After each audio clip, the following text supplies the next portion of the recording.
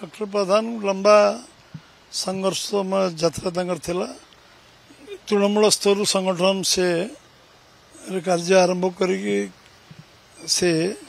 सर्वोच्च शिखर में पहुंचते एवं आमर जो बीजेपी प्रतिकूल वातावरण में काम करवा जो गोटे समस्त आह्वान थिला सेते जो मैंने संगठन शक्तिशाली कर सी मुख्य पुरोधा थिले एवं आज निश्चित भाव में संगठन तो व्यापक क्षति एवं निश्चित भाव समाज आम अंचल ओडिशार देशर क्षति ओडिशा संगठन क्षेत्र में पारदर्शिता थिला संगठन कुशलता भी थिला एवं सरकारी स्तर मंत्री निज दक्षता को प्रतिपादन से करथिले एवं जातीय राजपथ जो सबुठ कम भारत वर्षर थिला 1500 किलोमीटर ताकू से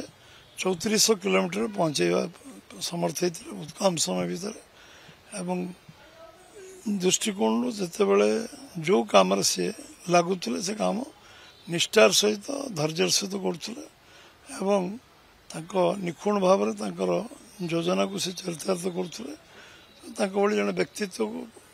पार्टी निश्चय बहुत दिन मन रखियो प्रेरणा उत्साह